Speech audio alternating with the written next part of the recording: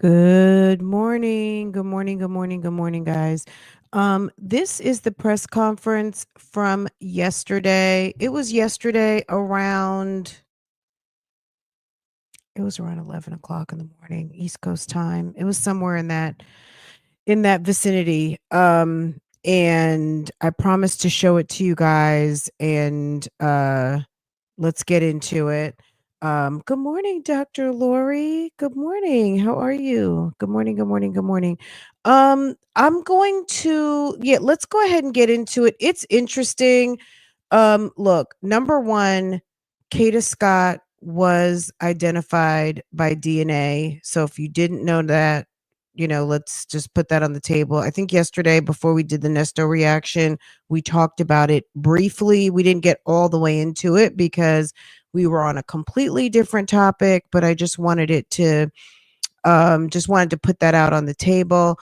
Also, yesterday I had a dental procedure, guys, and hit the brick wall. So my intents were to come back to discuss this matter, but that's just not what actually happened.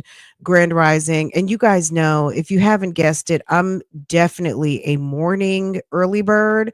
So by a certain time in the evening, baby, we are hunkering down. You know what I'm saying? So forgive me for not bringing this sooner. But this information was widely accessible yesterday. But yes, unfortunately for Kada Scott's family, they got some devastatingly terrible news yesterday.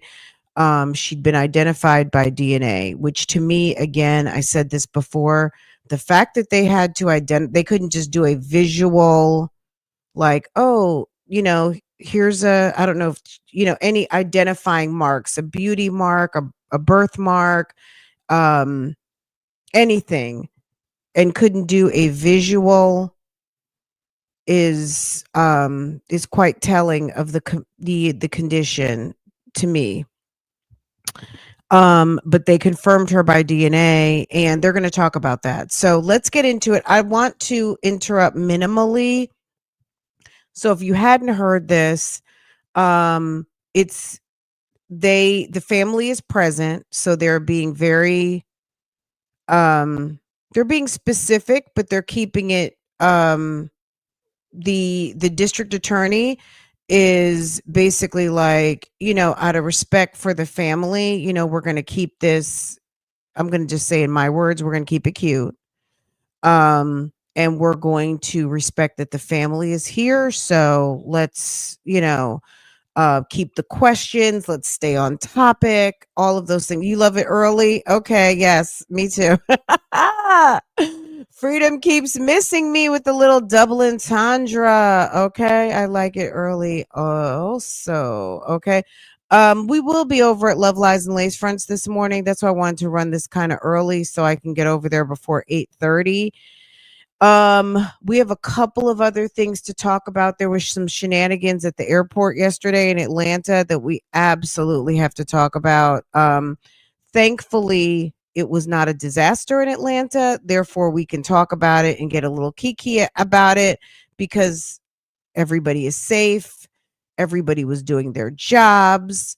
People did their jobs effectively. Nobody was hurt or harmed other than the person who decided, the person who was out of their mind, who decided to go to one of the busiest airports in the world and act a fool. So, okay. Anyway, but let's get back into this and we'll talk about it, okay? We're all good.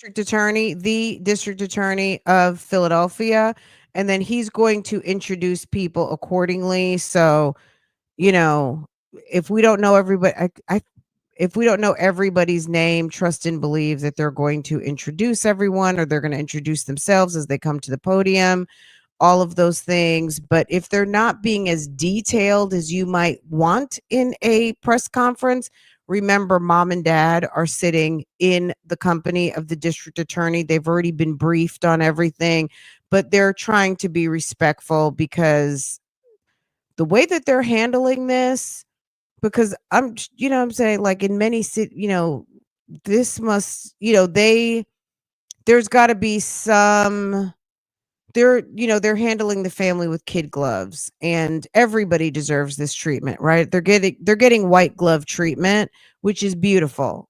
And, you know, and like I said, they're speaking openly and frankly, but they're keeping it very respectful, because the family is there, and they're reminding the press to like stay on topic, please. They want it to be all about Kada at this moment, which is makes sense, right? Don't need to get off topic into politics and who did this and who didn't do Thank you all for that. being here. Ordinarily, this would be our Monday press conference in which we focus on two different things. One of them being gun violence data, and another being a related special topic. That is not what we're doing today. This press conference is yielding to the needs and the wishes and the priorities of the family of Kada Scott. In the process of addressing those needs, we will be announcing that there are new charges being brought against Keon King. We'll get into the details, but the bottom line is a second case has already been approved, and we expect there to be a new arrest today, in all likelihood, of Keon King when he is brought in from the jail. The arrest will be for burning of a car, arson, causing catastrophe, conspiracy, several other charges, and we'll get into the details of that in a moment. But Let me say this really quick. Hold on a second. I pulled up his jacket, basically. Take a look at this. Can y'all see? Hold on.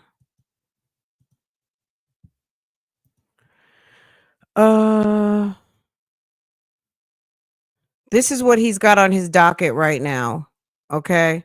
Kidnapping for ransom, false imprisonment, criminal use of communication facility, stalking repeatedly, commit acts to cause fear, recklessly endangering another person, tampering with / fabricate physical evidence. That is what's going on right now. So we'll go over this. And then it's showing a $2.5 million bond. And that's that. It's the Commonwealth of Pennsylvania versus Mr. Keon King, defendant. Okay. So that's that on that for Mr. Keon.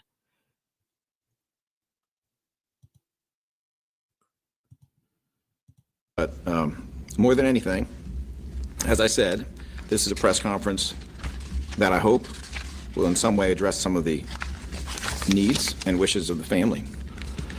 At this time, I'd like to identify some of the good people who are here. We have with us Philadelphia City Council member Anthony Phillips from the 9th Council District, who has been extremely heavily involved in addressing the family's needs, as have other city officials, but extremely heavily involved, including in a meeting with the family where I was also present. He will be talking about the efforts that his office is making specifically to address the family's needs when he speaks later during this conference. We have First Assistant DA Robert Listenby here, ADA Ashley Tizlowski of the DAO's Homicide Non-Fatal Shooting Unit, who is handling this matter in close communication with me and others, but is handling this matter. We'll be addressing some of the new developments in the case. ADA Bob Wainwright, who is her chief, the chief of the DAO's Homicide Non-Fatal Shooting Unit, is present. Mariel Dela Cruz, who is the director of the DAO's Victim Services Unit, is here. Donna Wood, who is director of DAO's Relocation Unit, is here. We have Tania Leonard with us today, who is the director of the DAO's CARES Unit. And we have Marcus Allen. Mr. Allen is the cousin of Kada Scott on the mother's side, and he is present here on behalf of the family of Kada Scott. While he will not be reading it, he will be standing with us when a statement from the mother and father of Kada Scott is read today. That statement will also be put up on the screen so that you will have the text of it.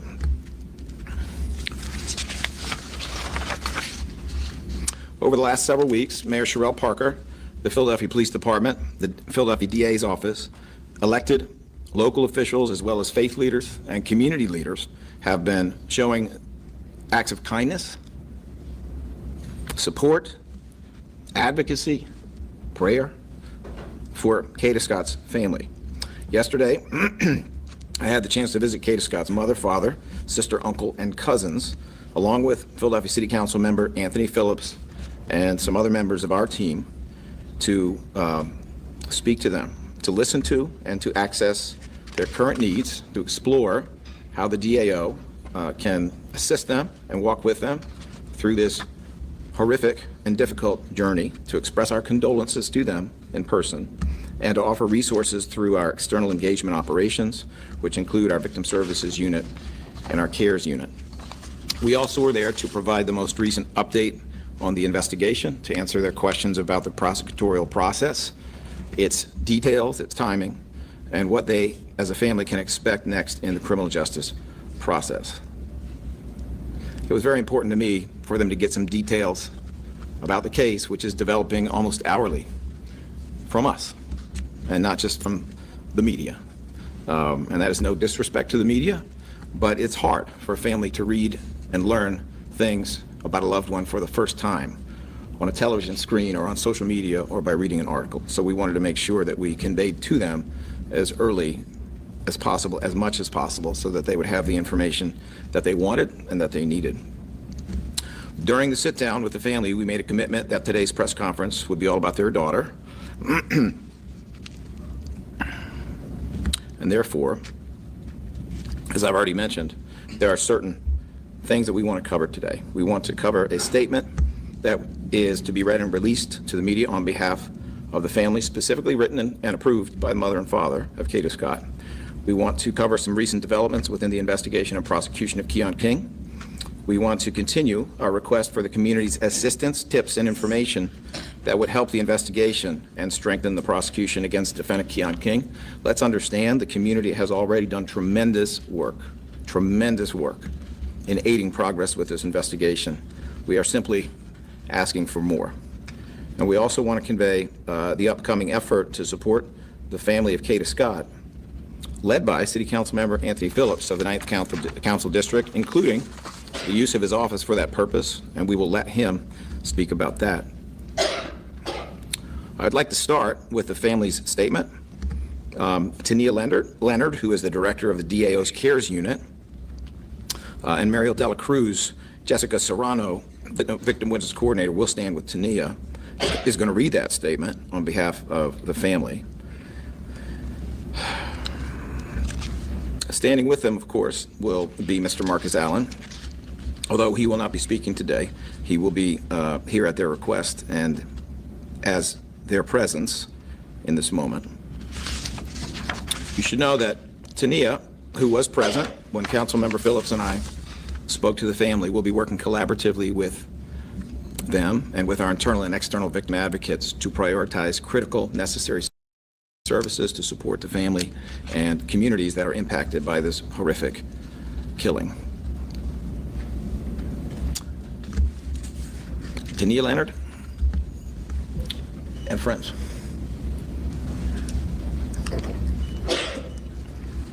Good morning. I'm Tania Leonard, the Director of Crisis Assistance, Response, and Engagement Unit here at the Philadelphia District Attorney's Office. And on behalf of the CARES Unit, I want to begin by extending our deepest care and support to the family of Kada Scott during this unimaginable, difficult time. CARES was created to stand with families who have experienced this type of tragedy and to walk beside them, help them access the support they need, and ensure they are not alone in days and weeks ahead. Yesterday evening, members of our team met with the mother and father of Kada Scott at their home alongside the district attorney to offer our continued presence, resources, and support as they navigate this profound loss.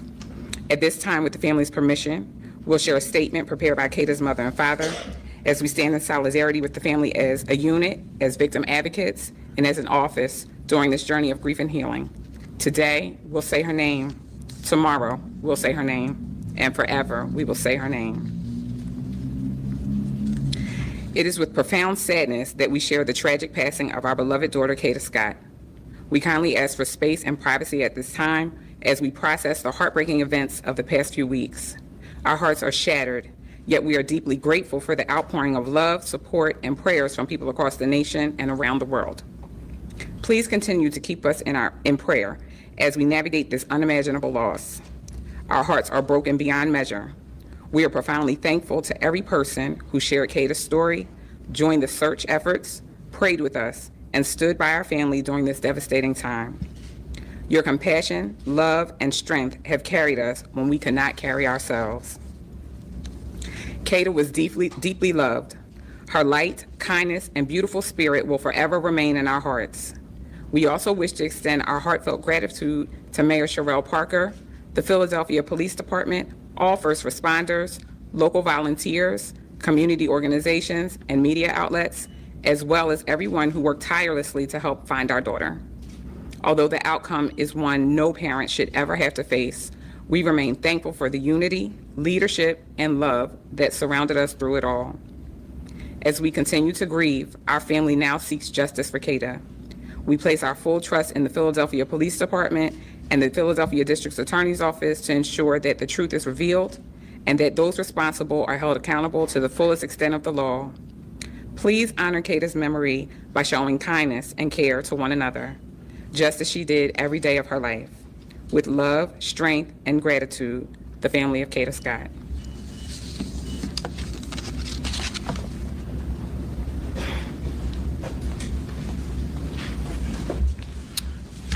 Thank you, Tanya Leonard. Ashley Kozlowski will be, at this time, lead counsel in the prosecution of Keon King and has been working tirelessly on every aspect of the case, including obtaining a warrant that contains additional charges. Those charges include arson, causing catastrophe, conspiracy, unauthorized use of an automobile, receiving stolen property, reckless endangerment of another person, tampering with evidence. We are not done, but this is a significant development in the prosecution itself, and obviously there have been other developments already reported over the weekend in the case. It is my pleasure to call forward Ashley Kozlowski, who does about as good a job as anyone I've ever seen. Okay, let me just say this really quick. So I'm sure some of you might be wondering, well, where's the murder charges? Where's this? Where's that? They just identified the body. So in identifying the body, you can now declare that the missing person is now deceased. And then what they're going to have to do is an autopsy to determine the cause and the manner of death. So cause and manner of death is going to give you how she died and if it was a homicide. Once you have that, then you can give murder charges. You can't really put the cart before the horse, especially in, in a high profile case, visible case, a case where you've got defense attorneys who are just looking for a technical error. So it sounds to me like they're just taking it step by step and they're charging as they can. So as they have a receipt, as they have proof, as they have evidence of a particular crime, then they're going to charge it accordingly. But I'm sure they're still working on Miss Scott's autopsy. And once they have made a declaration of what the cause and manner of death is, that's when you'll see the murder charges. So I feel like that's almost like an obvious question that someone might ask. So I'm just going to put it out there. It may be, well, yeah, but people may think just because there's a body and that you can just string all that together. No, you want to charge it accordingly. So that's why you'll notice that there's no murder charge yet. They don't even mention murder charges at this moment, but they're going to just go through what they have so far, and they're just being very careful because like the DA said, we're not trying to help build a defense or any of those kind of things. We're just we're working our case basically, and the investigators are still working their case. So Okay, let me go back on mute. Thank you. As of last night, our office approved charges, as the DA just said, of arson, causing catastrophe, conspiracy, unauthorized use of an automobile, tampering with evidence, recklessly endangering another person, and receipt of stolen property. Those charges are in reference to the burning of a vehicle. That vehicle is a 2008 black Hyundai Accent. That vehicle first entered our radar last week. Investigators received a tip that there was a vehicle burning and that that vehicle had some connection to this case. At the time last week, when investigators went to the location where the vehicle was burned, that vehicle was no longer there. It had already been towed, compacted, and was in a junkyard. This weekend, we recovered additional evidence, including video evidence that confirms that this vehicle, we believe, is the vehicle that Mr. Keon King used to move Ms. Scott. We recovered video out from near the Ada Lewis Middle School, where our search and the investigator search has been focused. There's a rec center directly next to that school. Video evidence was recovered from that rec center, and we are now able to say that this Hyundai Accent was on location at all of the times we're looking at all of the pertinent points in the investigation. That vehicle was stolen on October 3rd from the area of 6600 Sprague Street. We believe that vehicle is the vehicle that was used in this case. That vehicle was then on scene at that rec center, which ultimately, as we all know, is where we found Ms. Scott's human remains. Video evidence indicates it was on location. Video evidence then indicates it leaves the location. It is burned on October 7th. It was located at the 2300 block of 74th Avenue. When this new video evidence was uncovered this weekend, investigators from the homicide unit cross-referenced all of this information with the cell phone evidence that we had already gained and we had already been using in terms of the kidnapping case and other charges. What I can share is that the cell phone evidence, the call detail records, and timing advance data as it pertains to Keon King's mobile device puts him at all of the locations that we're talking about. It's on scene when the Hyundai Accent is there at the recreation center. It is on scene when the vehicle is burned. Based on that, last night I approved those charges, and as the DA said, we should have more information in terms of bail and a preliminary hearing date, hopefully this afternoon or certainly by tomorrow.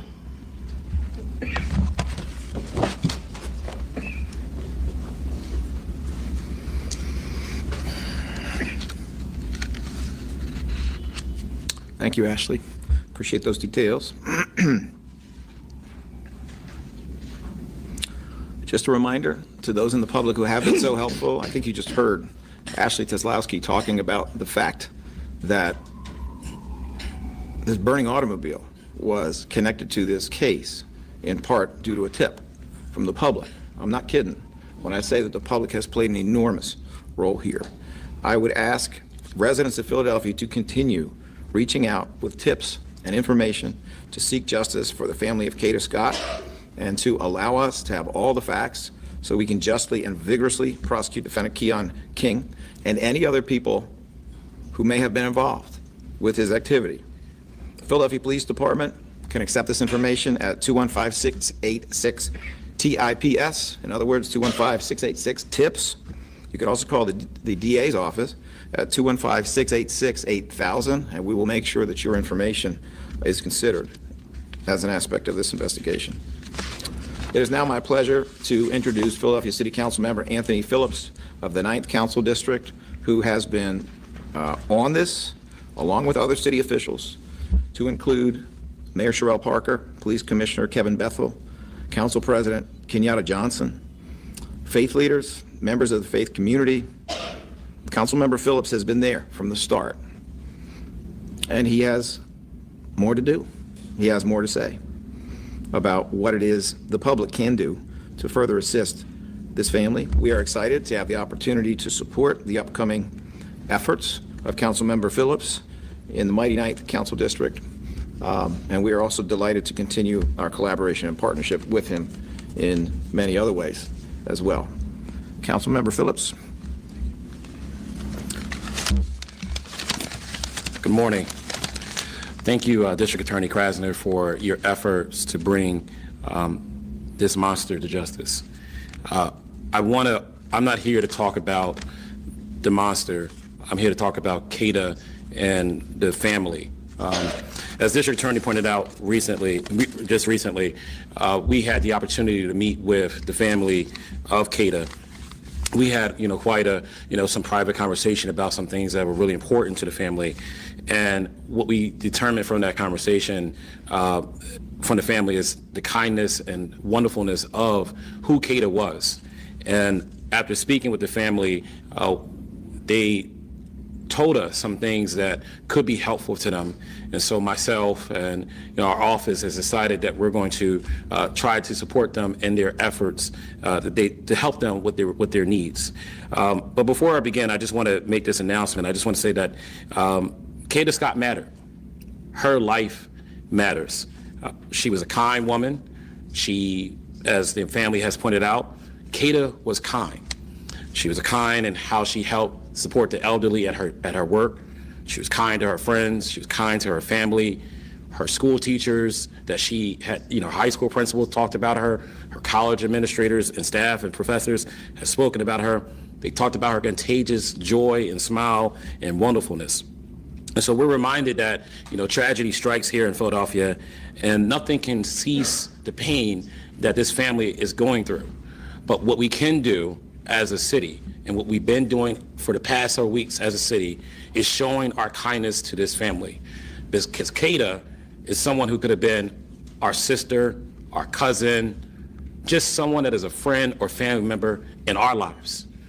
That decency is something that we know throughout our lives, and it could have been anybody, any one of us. So I want you to know that because of that, Philadelphia cares, and because the family has asked for us to show kindness, to leave her legacy of kindness in a way that is shown and demonstrated. Today, our office has the intentions to open up a collection effort starting tomorrow with our office to collect gifts and items for Kada's family. Some of the items the 9th District Office is accepting for the Scott family during this difficult time include self-care items, toiletries, comfort and relaxation products, gift cards such as meal delivery services, or general gift cards such as a Visa gift card or other store-related gift cards. For food, non-perishable food items, these gifts are intended for Kada's mother, father, and high school-age sister, a young woman. The high school-age sister is a young woman who continues to show incredible strength as she strives to prepare for college amid such heartbreak. We want her to know that her entire community stands behind her and cheering her on. So if donations can be dropped off at our office, City Councilmember Anthony Phillips' office on Wadsworth Avenue, located at 1514 Wadsworth Avenue, Philadelphia, PA 19150. Our office is going to be open from 8:30 to 4:30, Tuesday through Friday, starting this week. We're going to have special Saturday hours on Saturday from 9 a.m. to 12 p.m. Where people can send their donations, bring their donations as well.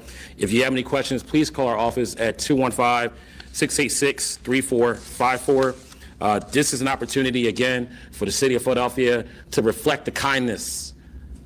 Again, I want to say this is an opportunity for the city of Philadelphia to reflect the kindness that Kada has shared. And we've already done that by helping promote and get the level of justice that she needs. But now let's show the family that we're not only there for them in that tragic moment, but we're going to be there for them after. So please, please make sure that we get as many donations as possible to 1514 Wadsworth Avenue, October 21st to the 25th. Our office is open 8:30 to 4:30 from Tuesday through Friday. And this Saturday, we're going to be open from 9 a.m. to 12 p.m. Again, self-care items, gift cards, and food and non-perishable items. Also want to remind folks that we did opportunity to speak to the family. And one of the things that the family did note to us, which is really important, is that they did say in their statement, respect their privacy. So that's why we're collecting the donations at our office, and we're going to be delivering it to them at a location that they want to be delivered to. But I want you to also know that they don't want people knocking on their doors, including members of the press, because it's traumatizing for them right now. It's really traumatizing for them right now. And so we would like for folks to just hang off, members of the press to hang off for now from knocking on the doors, because that's what the family has desired. And I just, we want to make sure that we respect their wishes. All right. Thank you so much. Thank you so much, Councilmember Phillips. All right, at this time we will go to questions. I would say this, as I look at this list, this is about as long a list of journalists as I've seen in quite some time. So a couple of ground rules. Please try to confine your questions to one or two. If there's additional follow-up, we can try to address that later, just so we can give everyone their opportunity.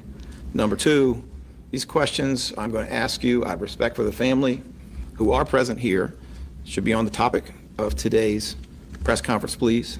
And that's not the first time I've requested it. I'm sure that you understand why. And to the extent that you can confine them to the topics we are addressing today, please understand this is an ever-evolving, developing situation, both in terms of investigation and prosecution. There are things that we know today that we cannot tell you. And we cannot tell you for a variety of reasons: the integrity of the investigation, safety, the trauma that the family is dealing with is not best handled by the finding things out for the first time in the media. So we will try to be as transparent and open as we can, consistent with those obligations and consistent with the purpose of this press conference, which is to respect the family's needs and wishes. Channel 3 CBS, I see Joe Holden and Josh Sanders. Yes, good morning. Good morning. I'll rattle these off, Mr. Krasner. First, can you give us any more information about the tip that leads police back to Ada Lewis? Secondly, how does she really meet Keon King, if you know? And then third, have there been any conversations about how King is out again after multiple, are you retrieving? I'm going to be honest. I want to know who the tipster is. Whoever the tipster is, it's not even like, oh, I saw a gray car. I mean, we don't know what the tip was. But when they said that the tipster gave them very specific information, number one, they told them basically where the crime scene was, right? Then, well, part of the crime scene with the burial location, right? That's huge. How do you know that? Okay.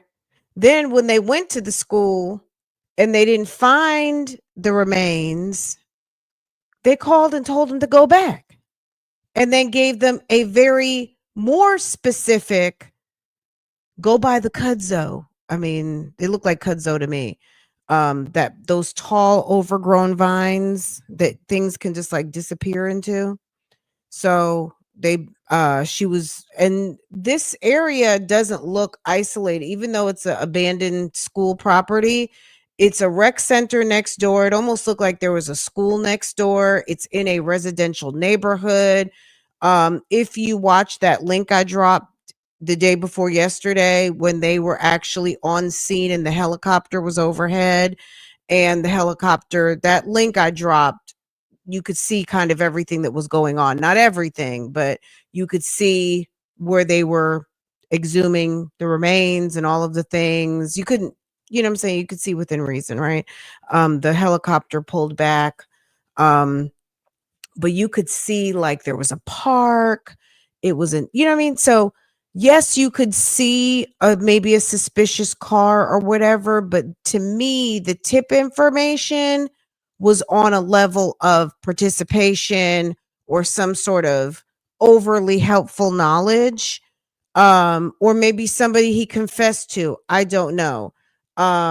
Yeah, he could have confessed to the person. That person could have helped. I don't know. But anyway, I think it's unfortunate because you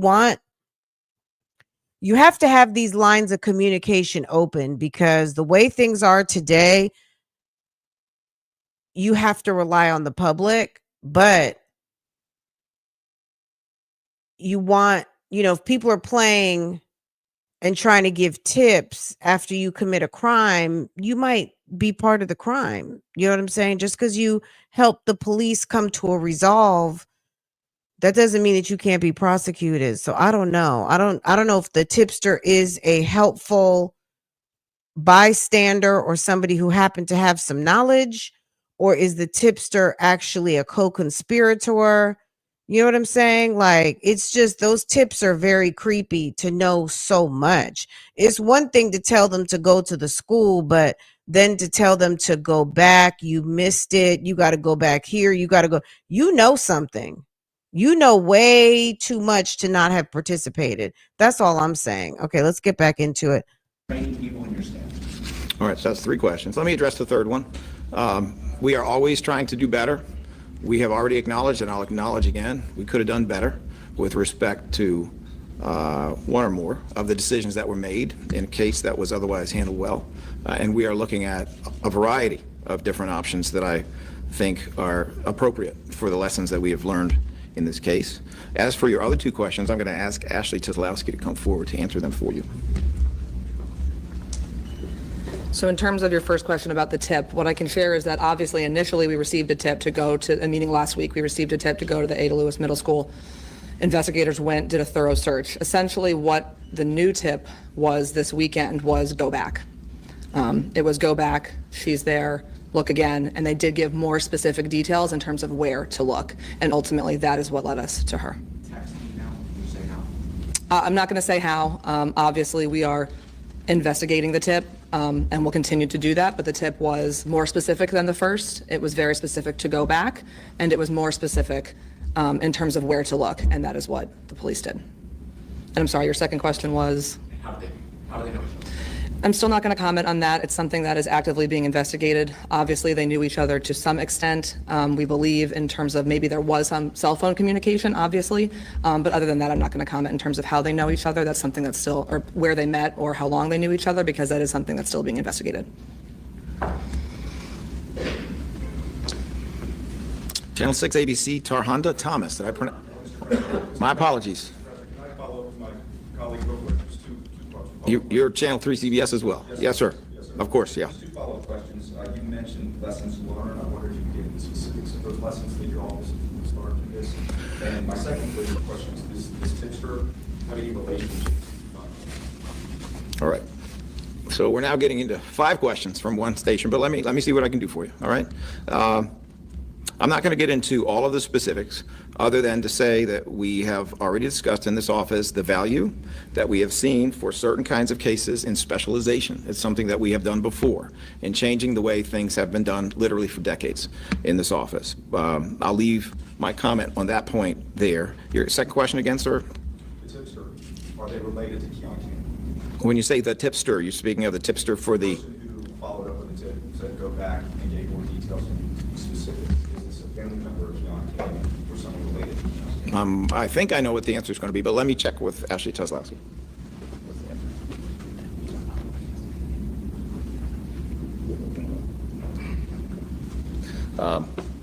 Well, the answer is a little different than I expected. The answer is we don't know, and we are investigating it at this time. All right. Taronda, I apologize for mispronouncing. I want to make sure point of clarification. Has the medical examiner officially confirmed that this is Kada Scott, made a positive identification? And then my second question is, going back to the case in January related to this, who withdrew the charges? Was it something that the PA's office did, the judge? Make that clarification. So as for your first question, it has been confirmed that these are the human remains of Kada Scott, and that has been confirmed by DNA. I believe that's also been reported. There was some erroneous reporting that it was quick DNA. It was actually not quick DNA. It was the regular DNA. So that is resolved. And I'm sorry, your second question? The second question was about the withdrawal of the charges with the January case. Who decided to withdraw those cases? Was it something done by the judge, the attorney's office? And just as it relates to the witness not showing up, would it have been sufficient if that witness, for instance, gave a statement to police that was on video? Or was that something that was there and not able to be used? So Ms. Thomas, this is something we addressed previously. I'll go over it again in summary form. But this is a situation in which there were actually 2 witnesses. There was a complainant. There was an eyewitness.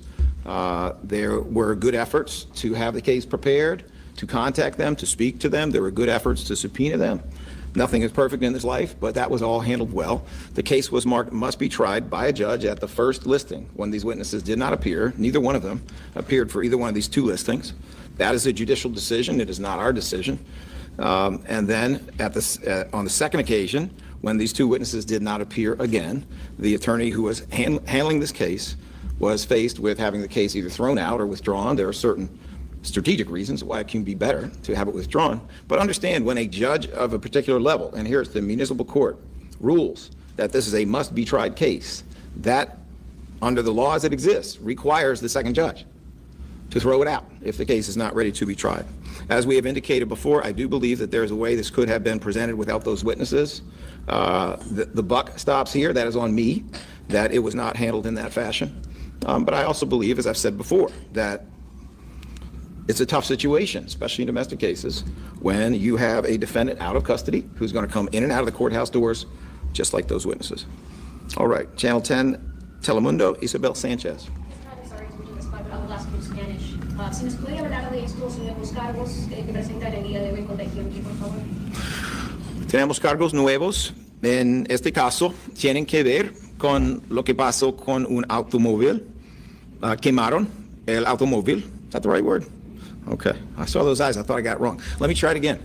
Tenemos cargos nuevos, en este caso, sobre quemar un automóvil. Esos cargos van a incluir el cargo de arson, también de auto theft. I just love that he dipped into his I speak Spanish fluently bag. I am so impressed. Just on that alone, I think that's pretty cool. I love when people dip into their I'm bilingual, I'm trilingual, I've got another language, I can speak fluently. So I was pretty impressed with him being able to answer for the Telemundo station in complete good sounding Spanish. Receiving stolen property, causing a catastrophe. Son las palabras en inglés que tienen que ver con lo que hizo este defendiente en cuanto al automóvil que él usó para llevar a la víctima. My second question would be, ¿se podrían esperar más cargos a medida que esta investigación continúa? Okay, English and Spanish. I just ask if we can expect more charges coming out soon in regards to this investigation. I have reason to believe that there will be additional charges that will be coming. Exactly when is unclear, and it may be two different groups of additional charges.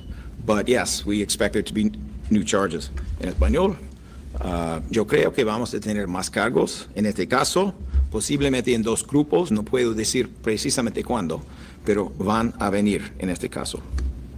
Thank you. Channel 10 NBC, Aaron Baskerville. A lot of questions asked that I want to ask, but I got two. Oftentimes, you said a second case has been approved. Logistically, is that a different case? Is that the other charges you're talking about? Or is there a whole other case or another person that you're looking at? When you say second case, did somebody, a victim, come forward? What does that mean, second case? When I say a second case today here, what I'm talking about is that this arson of this automobile is a second case. Please remember that these events didn't all happen in a 30-minute period of time. These happen on different days, in different places. They involve different activity. You know, the theft of a car, the burning of a car is different than a kidnapping, for example. So what is happening today is the initiation of a second case that will not only require a second set of charges and arrest, for which the defendant is going to be brought down from custody. It'll require a second bail hearing. Some of the process may occur at the same time in terms of the prosecution itself, because it's part of a larger story. But what we are announcing today in and of itself is a second case. Could there be? I mean, the good thing, so anyone, if you're on the replay or anybody in the chat, I think the reasoning behind this, number one, if you already know he stole this car, you know he burned the car, there's all this evidence for that. Rather than stacking it into one super case and getting lost in all of the things of a ginormous case with 20 charges, if they are grouping the case by situation, the stolen car, the burning car, the kidnapping, or the kidnapping is separate, you may have a conviction before you even get to the murder. And having a conviction in the auto theft, the arson, the this and that might get a little bit more information about the murder. He may be more willing to give more information. You know, he might, we don't know how this whole thing is going to go, right?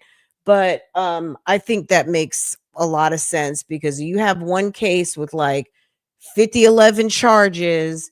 We've seen it. It can get very messy, right?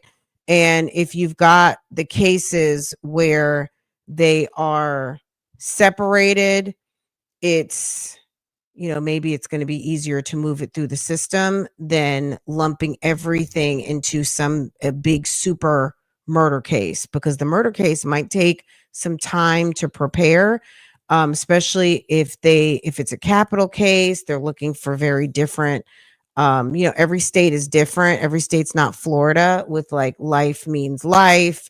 There's death penalty there. I don't know if there's death penalty in Pennsylvania. Is there? They could be trying to roll that into a capital situation, death penalty, if there is that option in that state. So I think they're smart to, because this guy has done a lot over the past 2 weeks, and by grouping it into separate cases, he's going to be held to account for everything accordingly, not lump it all together. And then 5 years later, they're trying to prove, because you never know how long these things can take a long time. Additional cases, if there are other victims who come forward, yes, there could be additional cases. If there are other victims who come forward, there could be additional cases as more evidence develops and we have probable cause to bring more charges for things that happened over this period of a few weeks. So we don't know. Were there more people involved? Look, I mean, it's safe to assume the tipster. I don't know that they were involved, but the tipster seems to have more than I saw the car drive down the street, or I saw somebody back their car into a certain area. I don't know. The tipster could be somebody who was lurking in the bushes and saw the whole thing and knew they better not say anything. And, we don't know. The tipster really could be anybody. The tipster could be involved. The tipster could be a co-conspirator. The tipster could be a family member. The tipster could be somebody who was lurking in the bushes and saw something and knew they need to keep their mouth shut because that could be their life at stake. And they were not in a position to, come and choke this guy out and wait for the police to come. You know what I'm saying? Everybody is not equipped to do that. So I don't know. The tipster does seem suspicious, but again, we can't make everybody out to be a bad guy, but somebody could have been lurking in the bushes and really saw something and have absolutely nothing to do with it. So I do feel like we do need to protect these tipster lines, because if you expect people to come through with meaningful information to help solve crimes, they gotta honor that a tipster line can be anonymous. You know what I'm saying? Because if it's not anonymous, then people won't give tips. And tips, as much as we have technology and license plate readers and all of this stuff, everything doesn't have eyes, right? So I appreciate the effort that this team, I think they're being super, it's giving good energy. It's giving good police work, good partnership with the district attorney's office. They're being super kind to the family. Seems like they're being this is what I'm going to say. The Scott family deserves all of this. I just hope this is something that can be replicated and continued, because there's other families out here hurting. Someone else is going to find their loved one today or 2 days ago, and they need the same type of treatment. You know what I mean? This white glove, treatment to victims' families, thoughtfulness in prosecution and all of those things. It needs to be carried on. You know what I mean? And be the model, for everyone else to follow suit, Yeah, thank goodness for the tipster, because they would have still been looking and not able to go and help other missing people, because we know that this is a problem. Nobody else stepped forward so far. Other victims or I'm not going to comment on that at this time. My second question is kind of more of a timeline. So just in my head, there's a lot of information. October 3rd, the car is stolen. We believe Mr. King stole that car, and then obviously she disappears October 4th. Then October 7th, the car is found burned and I guess towed away. At the rec center, is the car after it's stolen, or October 4th, is that the car that's used, we believe, that Kada is in with Mr. King, and they're at the rec center? When are they at the rec center? In between October 3rd, when the car is stolen, and October 7th, when the car is found burned and destroyed? Well, I think you raise a very good point that the timeline is a little bit complex and confusing, and especially if you're talking about more than one car being used in more than one place. it's probably helpful to go through that timeline. So I'm going to ask Ashley Tizlowski to come forward. And even though, we've been talking about this so quickly that we sometimes don't slow down to identify exactly what place, exactly what car, I'm going to ask Ashley as best as she can to explain this as if she were explaining to people who didn't know anything about it. So in terms of the timeline, you pretty much got it accurate, meaning the car was stolen on October 3rd. Obviously, Ms. Scott goes missing the next day. That vehicle then, we believe, immediately goes to the rec center. We believe it remains there for about a day and a half until it then leaves and the car is burned. In terms of what the video showed or what we know about what happened there, I'm not going to comment on. I think there will be an appropriate time for those details to come out, and that appropriate time would be at the preliminary hearing when all of the evidence is presented. But in terms of a timeline, you had it right. October 3rd, the vehicle goes missing. October 4th, she goes missing. We then pick up the vehicle at that location where it remains for about a day and a half. It then leaves and is burned the next day on October 7th. Mr. King stole that car, did somebody else steal that car, and you have to just be in it? I don't want to comment about what I believe happened. All I can say at this point is what the evidence that we have, and what I can say is the evidence that we have is that Mr. King's phone is on location when that vehicle is at the rec center, and it's on location when the car is burned. That is what we know right now. Was it on location when it was stolen? We have it in the area, but we do not have it on location. That's not to say he wasn't there. All we can do is look at the cell phone evidence that we have in terms of when calls are being made and when data can be plotted, if that makes sense. All right, let me see. Channel 17, John Leonard. Do you have any questions, sir? Thank you. 29 Fox, Kelly Rule. I think actually someone answered this, but the video evidence from the rec center, are you able to say if that shows anybody working with King? Or can you comment on, additional suspects of it? Well, let me just note this, and then once again, I'll bring Ashley up. But you may have noticed that we're charging conspiracy with reference to the arson. Now, that's a separate place and time, but we don't bring charges unless we have probable cause. Let me now ask Ashley to come forward. So, yeah, because I was thinking about the conspiracy. Conspiracy is more than one. So, interesting. Okay. My answer is essentially going to be the same thing, right? I mean, obviously, we did charge conspiracy, so at this point, we do have reason to believe that other people may have been involved after the fact, but in terms of who those people are and the level of their involvement, I'm not going to comment at this time, as it's very much still being investigated. And you mentioned that the car was towed and impounded. Is it believed that King had anything to do with that, or that was just the community making calls saying like it was car? There was a 911 call that a vehicle was on fire. So police did respond to it. The fire department responded to it, ruled it an arson, and then at that point, when they were finished with their investigation, the car was demolished. It was burned, so it was taken and towed and compacted and yeah. Demolished before they could pull evidence from the car. Yes. Well, and I'll say when we got there, it was completely compacted, right? What the tow company had already done or what the junkyard had done had already been done. With that being said, the car had been completely burned. And in terms of being able to tell what happened, the fire department was able to say it was an arson, and we're also able to have video to kind of piece things together. So there's no question about what happened. We were able to determine that. Damn. So the car he stole, he took it and I guess bought it to some sort of junkyard and paid to have it compacted soon after, or it was, let's see what she says again. Let's get this straight. Damn, this guy was all over the place. Let's hear this one more time. Ruva, thank you so much for making it official. I appreciate you so much. Thank you for supporting this channel.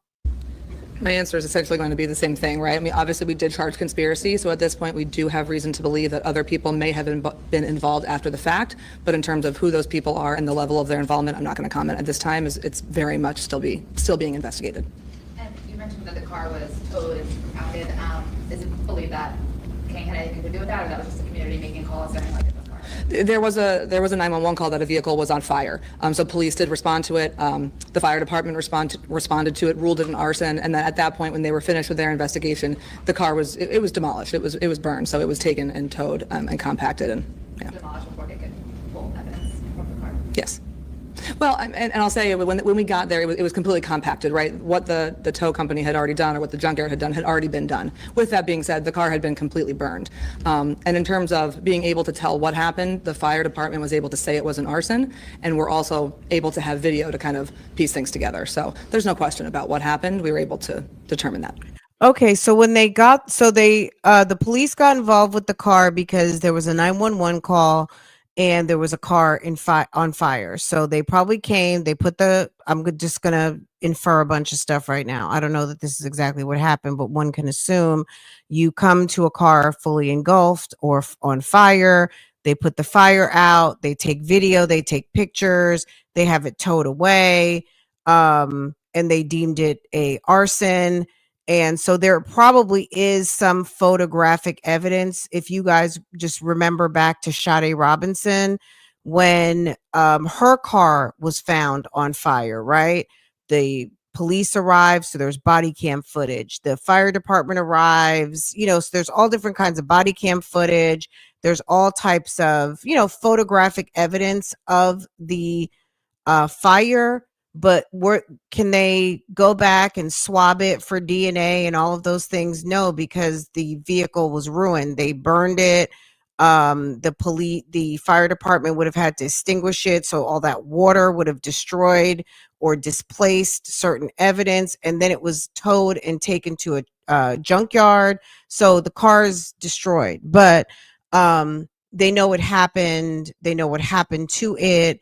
And he also, I think, is getting a charge for like destroying evidence or that catastrophe, chaos, and all of that stuff that he's getting charged with. So would it have been useful information to have the vehicle to test for Miss Scott's hair, fibers, all of those things? Absolutely. But they don't have those things anymore because he destroyed evidence, basically. Or the people he was involved with destroyed the evidence. Thank you. All right, let me see. Kristen Johansson, KYW. Two questions. One's for Ashley. How does the car play in the gold Camry play in then to this whole, because we're gonna have to say something about the gold car. Yeah, so what I can say at this time is that at the point where the Hyundai Accent is on scene, on video at the rec center leading up to, all of the events we're talking about, the other car, the Toyota, is there as well. And we believe the people in these vehicles are working together. And then the other thing is how much, as far as volumes, how much surveillance video is it? Because I know there was a lot of different occasions. So how much, it's hard probably to quantify, but.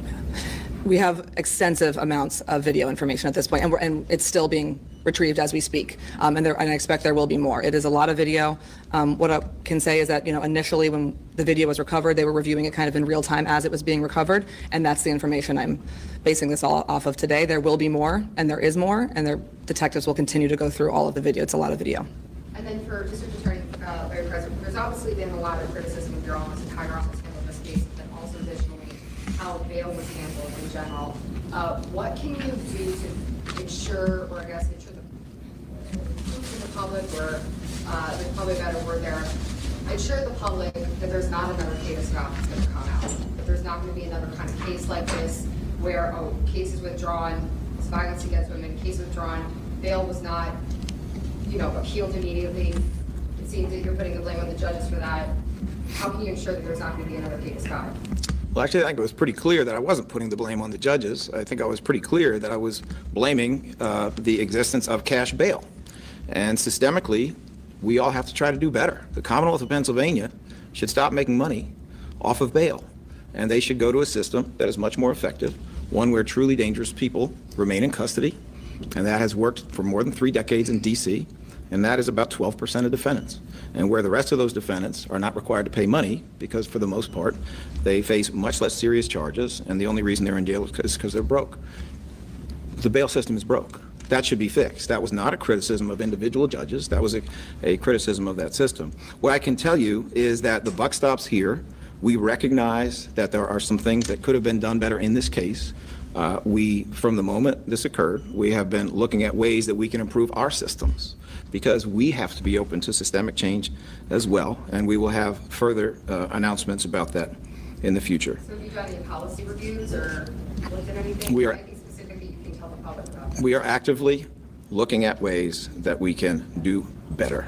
It is, it's everybody's view of this is always clear when you're looking back and you have fuller knowledge. It's nobody's view is quite as clear, whether it's a judge setting bail or it's a prosecutor making a decision. Nobody's view is quite as clear earlier. We need to try to change that. We need to try to find ways to be better at making sure that there are as few errors as possible and that there is as much protection as possible, especially in the current environment women face. Jesse Bunch, Philadelphia Inquirer. Let me just say this too. I mean, okay, so we have Kada Scott, and I mean, I can't even name all of the women who have, or just people in general who have been victimized by somebody who's out on bond. We had Dakara Thompson recently, the young lady who had a situation with the guy who should have been in custody, for in ICE custody, right?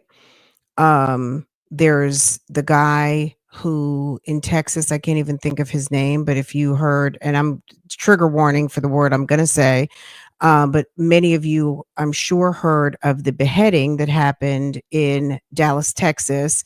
There was a guy at a hotel who got into a fight with the proprietor of a small hotel, and that was absolutely nuts. That guy was supposed to be in ICE custody. You have, and it's not an ICE custody thing, it's just in custody for a crime, right? On top of ICE custody. You have the situation that happened here in Charlotte. Someone who was out on bond. This guy was mentally ill, but he was out on bond for another crime. He was mentally ill, and he ends up stabbing the girl on the train, which could have been anybody. He was clearly in crisis, having an episode. He wasn't getting the services that he needed. Going back to last year, you have Joseph Greer, who was in Atlanta, who was in the middle of crisis, who ended up commandeering a bus and killing one person on the bus and kidnapping like 14 people trying to get home on a commuter bus in Atlanta. I mean, there's a lot going on. There's a lot going on, and this is, this is a sad, unfortunate story, but we got to be real here. There's just a lot of very dangerous people that we live amongst, and these things happen. They happen, and I don't see them not happening. There's not a whole lot that they can do other than, once you get somebody, yes, some people need to be held on to. There are dangerous criminals that are being released that don't need to be released until they're properly adjudicated. So I definitely agree with that, because there's enough dangerous people who are under the radar and who have not been identified. Some of them don't even have a record. Okay. They're just under the radar, and they've been able to slip through and do their crimes, and nobody knows. Like So this is also about how prosecutors handle King's prior cases.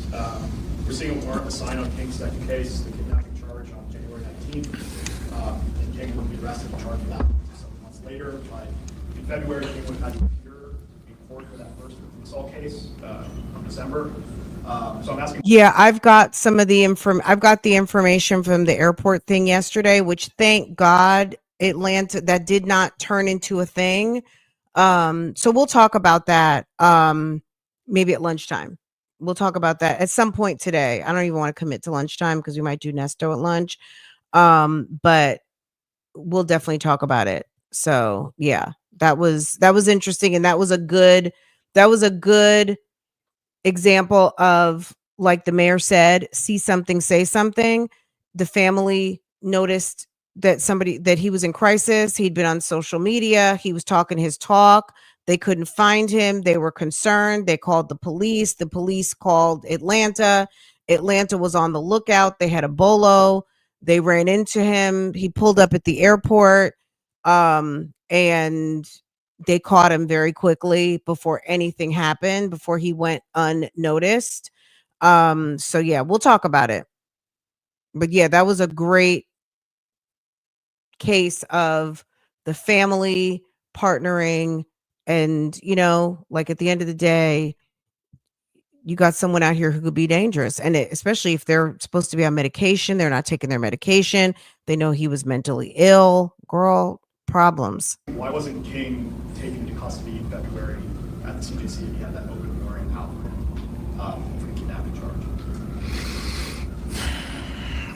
I have to admit, I lost track somewhere in the middle there, and I don't say that to be in any way dismissive. Can you just say that again, please, so I can make sure that Ashley and I hear your points? So for King's case in February, for the charges from December, in between then, there was a second case open against him, the kidnapping charges from January.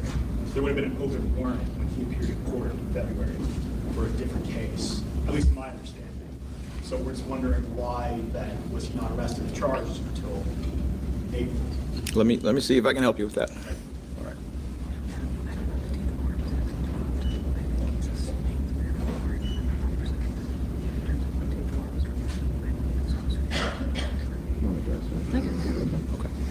So what I was just sharing with the DA was, in front of me, I don't have the date that warrant was actually dropped against Mr. King. I don't know if you have that or if you're just assuming that there was a warrant at the time, because I know he wasn't arrested until closer to April, and I believe the warrant was closer to that, but again, I don't have the date that that warrant came through, meaning I can't stand here and say that that warrant was active at the time he appeared. I don't have that in front of me.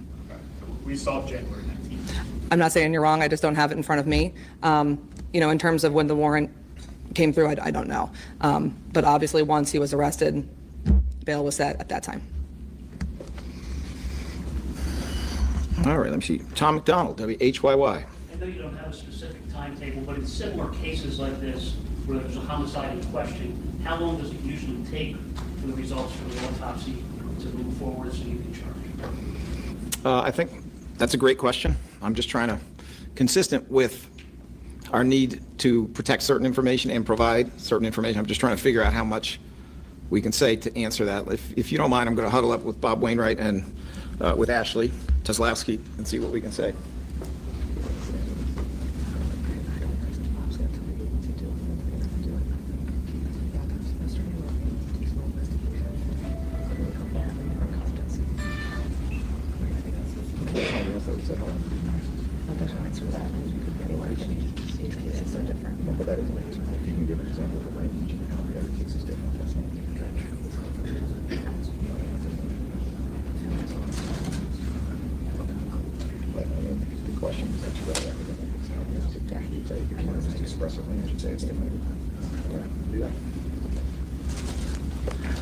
All right, to answer your question, how long does it typically take? It typically takes a short amount of time when the incident happens and the body is found immediately afterwards. Cases like this, it may take longer. So there's really no exact answer to that. And what we all know is that Kada Scott's human remains were found 2 weeks after she went missing. So it is not, there's no, what I can tell you also is that the medical examiner's office is actively working on this, and we're waiting on cause and manner of death, and we should have that information as soon as possible.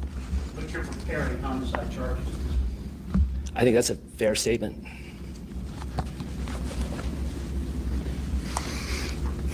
All right, let me see. Sherry Stone, Philadelphia Tribune. I guess it's too early to understand the manner of death, like, were there, did the shooter, hit him in the head? We don't know that yet. What I can Like, say ma'am, is the we are family not is in a there. position Like, to first convey of all, he said the that family was information at this here. time. Why would you ask that when mom and dad, Unc is right there behind the DA? They just were able to identify her. I mean, I would think like you know what I'm saying? Like, I know she has to ask as a reporter, and I get it. But they asked for some, I don't know, a little bit of just kind of, we're going to stay on topic, and let's keep in mind that the family is here, and we're going to stay on the topic. And how would the DA be able to determine cause and manner of death? He's not a medical doctor. He's not an ME. It's like, come on, sis, really? There is a very serious forensic effort here. We don't know that yet. What I can say is we are not in a position to convey that information at this time. There is a very serious forensic effort here to get it right, and we don't want to get ahead of that, but as soon as consistent with the family's needs and wishes, as soon as we are able to confirm precisely the answer to that question, it will be communicated either in a courtroom or in terms of press availability, once again, in consultation with the family. Jack Tomchuk from the Metro. Kind of following up on Tom's question, I guess, I think the reason why you think, why hasn't a murder charge been thrown back, just waiting for the medical examiner, or because, you said there remains to confirm DNA? Well, I will say this, I am confident that homicide charges will be brought, but I also have an obligation to follow the law and uphold the Constitution, and that means we don't take shortcuts. We don't make assumptions. We confirm all the facts before we figure out the legal conclusion to be drawn. So we will be proceeding with homicide charges when we can very precisely confirm everything we need for probable cause, and we will do so as quickly as we can once we have confirmed what we need to establish probable cause for that particular charge. All right, Mr. Dean from the Trace. Yes, Elaine, the bail system for the previous case that Keon King, and in the Senate record said, Right. practically speaking, what are the consequences for the bus stop? Well, let me just be clear. I mean, blame is a word people seem to like. I have not been a fan of cash bail from the beginning because I think it endangers the public. I have spoken about this going back almost 7 years, and I'm aware of the reasons that it continues to exist in the Commonwealth of Pennsylvania. They're not wonderful. Let me put it that way. That is a truth. I hold that truth, and I think it would be a great advance if this state, Commonwealth of Pennsylvania, would get away from cash bail and go in the direction of no cash bail, where some people, no matter what their resources, are going to be held because they're a danger. I wish we would go that way. So I do hold that truth, but I also hold the truth that we can do better, that we should try to do better every day, that even though many decisions, many aspects of the preparation of this case were solid, that there were other aspects of the preparation of this case where we could do better. So I say the buck stops here because in an office of 650 people, it is my responsibility. If there is an attorney who makes a decision, and if that decision is not the best one that could have been made. Yes, sir. Well, your critics will say this is exactly what we've been talking about for the last 50 years. Very crash numbers. Bungles cases, criminals at the revolving door. There's office with criminals in and going out on the street. This is exactly what they're talking about. And you're running for re-election in your third term. Should this be on the ballot? Should people consider that how this case was handled when they go into vote on November 4th? Well, your question is fundamentally political, and I'm not allowed to answer political questions using city resources. It's an ethical violation, so I will respectfully pass on that question. Dan Horan from Philly FPV. Did I get that right? Yep. Yes, sir. One question. You guys stated that the car was there for about a day and a half in between the elementary school and the rec center. Does King's mobile phone data show that he was also on that location for that duration of time? Let me bring out the expert here. So again, I'm not going to go into specifics about what occurred during that time. However, what I could tell you at pertinent points in the video where we believe he was there, his cell phone evidence also puts him there. So it's not the entire time, but at the pertinent points where we're looking for him to be there, his cell phone puts him there, if that helps. Thank you. Michaela Althouse, Philly Voice.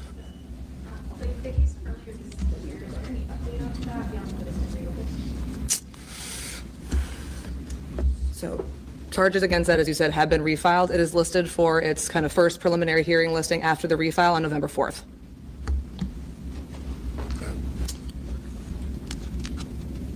Mr. Cipriano, big trial.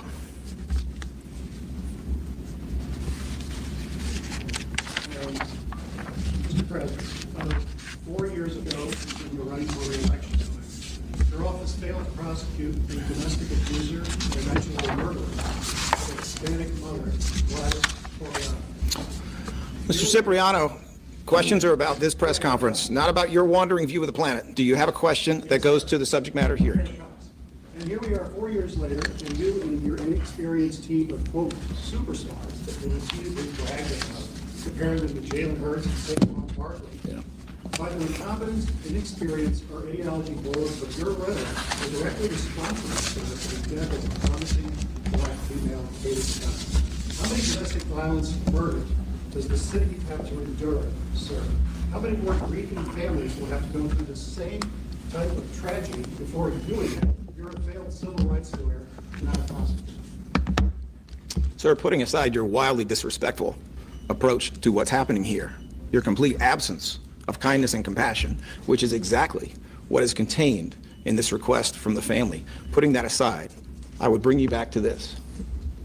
Please honor Kada's memory by showing kindness and care to one another, just as she did every day of her life. Thank you, sir. Yeah, I've got a second question, sir. These are 5 from CBS. Where you go? Hey, Larry, you have to wake up at 3:30. Is that Sunday? Well, damn.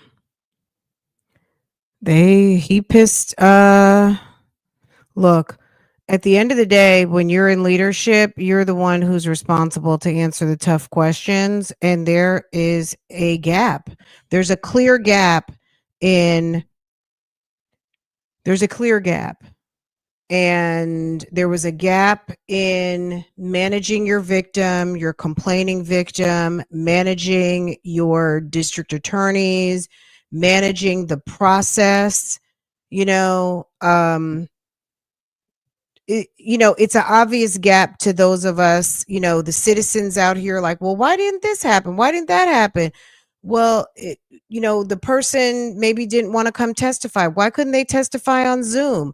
Why, after they gave their statement and their declaration, their deposition, why couldn't they be deposed at home? Why couldn't they report on Zoom? Why come, you know what I'm saying? Why come the defendant even out on bond? Why can't they testify in a separate location? Why does everybody have to be in a courtroom? It's 2025. Use technology. Keep people separate. There's other ways. You know what I mean? It doesn't always have to be a catastrophe or something to facilitate. Sometimes it's good to have a whole separate team who's looking at a process to see, how can we bring this more up to date? How can we bring this into the future? How can we make this easier? How can we, if we have a problem of victims not showing up, let's come up with a solution that is 2030 based, that we can look at now and into the future to make sure that victims get their justice and aren't run off because they're scared, or any of these reasons, right? Like any of these reasons, it shouldn't be like a whole nother catastrophe to happen to say, you know what, we need a process improvement. What cities out here are doing it right?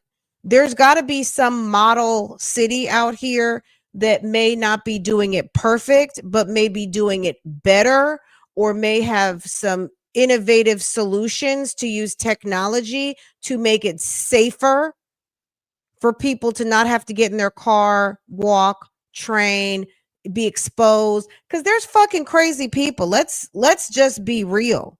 There's a lot of people that want to get a minute with you when they know where you're going to be somewhere. Hello? Like, we know this. We hear this on the YouTube streets. Somebody knows someone's going to be somewhere, and somebody wants to confront somebody. Somebody wants to get a little bit of their time. Somebody wants to score. Somebody wants to get the best of somebody. It's not always a murder type situation, but it's on some, I want to get a picture. I want to embarrass you. I wanted this. I wanted that. All of these, come on now. It's 2025. People can be anywhere at any moment. You got to use the technology. And also, is it more important for the victim to be in the house, or is it more important for the perpetrator to be in the house? So who needs to be in front of the judge? Can't the victim be off site? And also for a preliminary hearing, why isn't the statement, the deposition, good enough? So they got to change some things. Sometimes it's legislative. Sometimes it's policy change. Policy change doesn't always need an act of Congress. Sometimes it's just we're updating our policy. Sometimes there are things under this man on the screen's jurisdiction. So at the end of the day, you're in leadership. You got to answer the tough questions. And he thinks it's an antiquated system. Well, do what you can do within your power. I'm sure he doesn't want to be held to account like this anymore. Feet to the fire. At the end of the day, they got to do something because people are afraid. And everybody doesn't have support. Everybody doesn't have a team of people who can take off from work and usher them safely to and from, and also to protect their privacy. Maybe they moved. They don't want people following them home. I mean, that's real. You got Pookie in the bushes. You got Boo Boo going in for a hearing, and you got Pookie outside waiting in a car to follow to see where somebody stays. Or they see their car and guess what? They just put an air tag on it. Come on now. It's too much. It's impossible to control everyone and everybody. Let's be real. But you can use some technology so people can dip in. That lady could have been testifying from Singapore for all they know. You know what I'm saying? At the end of the day, why couldn't she have been on Zoom? So that's all, you know what I mean? So, okay. So, DA got pissed. They asked him a tough question, and rightfully so. The public wants to know. I would bring you back to this. Please honor Kada's memory by showing kindness and care to one another, just in this absence of kindness and compassion, which is exactly. You could tell he was getting ready to go because he already picked up his coffee. And look at ma'am. Ma'am was like, oh, God. Uh-oh, you done pissed him off. What is contained in this request from the family. Putting that aside, I would bring you back to this. Please honor Kada's memory by showing kindness and care to one another, just as she did every day of her life. Thank you, sir. Yeah, I've got a second question, sir. You took 5 from CBS. Where are you going? Yeah, they're done. That's too bad because the family was there, and how embarrassing is that? I would have still kept it cool and said, we want to thank the family for being here. We so appreciate you being here at this time. You know what I'm saying? I'm sure this is high stress. You know what I'm saying? But damn. Hey, Larry, two families wake up at 3:30 and say somebody's bailed out A mess. don't want to be woken up at 3:37 in the afternoon. And the reporter is still asking questions. Wake up.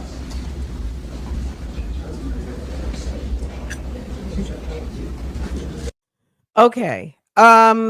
This is a very interesting press conference. Guys, when I come back, I want to talk about the airport thing in Atlanta, and then we'll get into the Nesto call. I don't think it was super long, the Nesto call, if I remember correctly. Hold on a second. I was watching it last night. Extra. Ooh, it was a whole hour. Okay, that's going to take us a little minute. Okay, that's going to take a minute. We'll get to the airport. We'll get to the airport situation at some point today. You guys are going to have to bear with me. Y'all going to be sick of me. Just be prepared to be sick of me. It'll be one of those. So hopefully, yesterday I hit the brick wall with my tooth and everything. I want to know, is it normal to use hundreds of cadets in training to walk shoulder to shoulder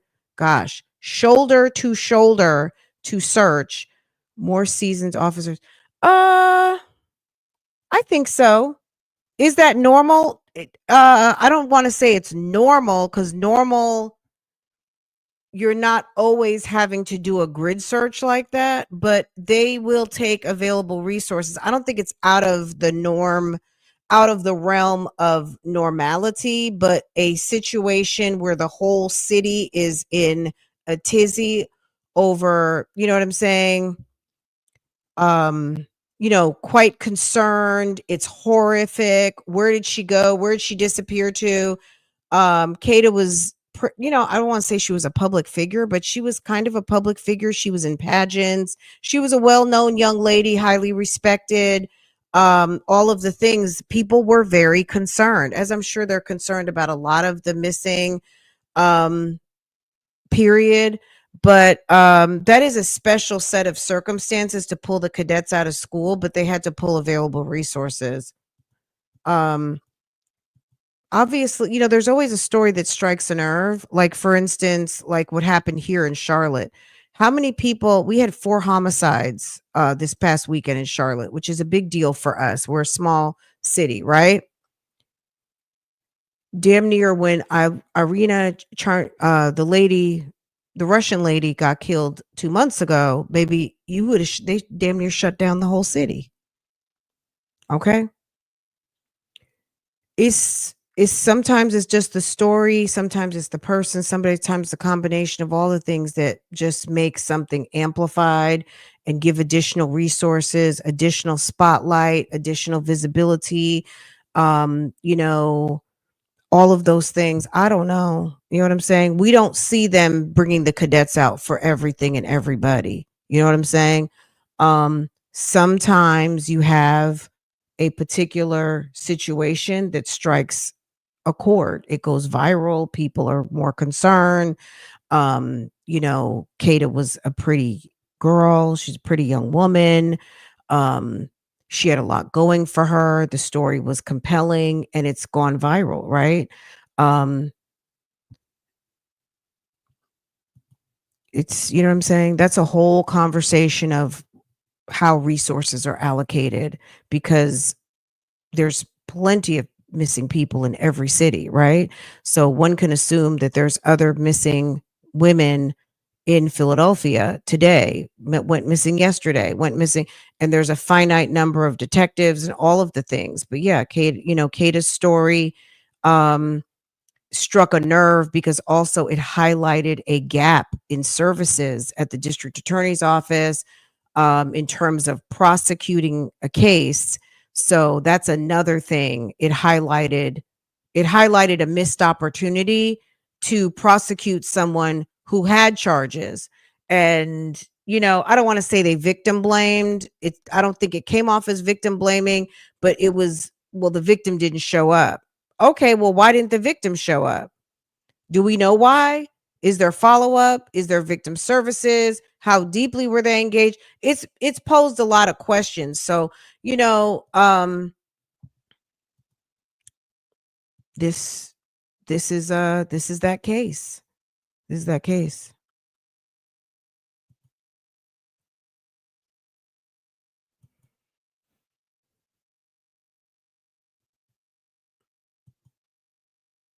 And you know what? The cadets, this is good. I mean, them pulling the cadets out of school, guess what? 6 months from now, this is what you're going to be doing when you get your patrol uniform and gun and badge. This is what you're going to be doing. So it was some real life out of class learning for the cadets, because that's what they're going to school for, law enforcement. So I don't think it was out of the realm of their duties in a way. You know what I mean? It was like it's field trip learning. It's real life learning outside of the classroom. So it was a good use of resources available, because you got other crime going on the streets. They can't pull every cop off the street because there's other things happening. Someone just got in a car accident. Somebody got shot. There's an emergency at the hospital. You know what I'm saying? There's other things going on in the city. So you got cadets sitting in the classroom. Let's get them suited and booted and on the scene and come and help. So yeah, they had to.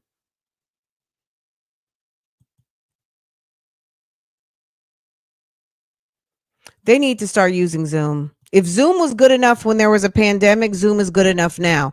There might be times where the victim needs to come into court, and that's fine. Like the lady who just got beat up by, allegedly, Well, it's not even alleged. It's been alleged in the affidavit. Let me say it like that. Jonathan Sison, the boyfriend of Miss Turkey Leg Hut, Nakia Holmes, her boyfriend savagely beat somebody, not just as a man with his fist. He beat that lady with a tire iron. Okay. I don't know if that's the victim or not. I'm going to be honest because ma'am is toe up. She's lucky to be alive. We read the statement in the Nakia Holmes video that we did a few days ago. We read the statement. Her pictures are floating around online. I haven't even showed them because I don't know. I'm going to be honest. I don't know if that's her. I see it on the internet and I don't know everybody's fact. I'm not going based on that unless I see it on the news where a major news outlet has verified that this person is this person, then I'll use the pictures. But I just don't want to go based on this blog or that blog because every blog doesn't fact check and every blog, you know what I'm saying? Sometimes bad news gets passed around and I don't know. I'm just like, my God, really? He told her if those pictures are accurate, he tore her up. Just imagine getting hit with a tire iron. He beat her in the face. So just a mess. And he's this type of stuff is happening everywhere, unfortunately, you know. Anyway, guys, I'm sorry. This is not a wonderful topic to talk about first thing in the morning. But I wanted to make sure that we covered this because we've been following the story somewhat. Um, you know, uh, it's been a 2-week search, and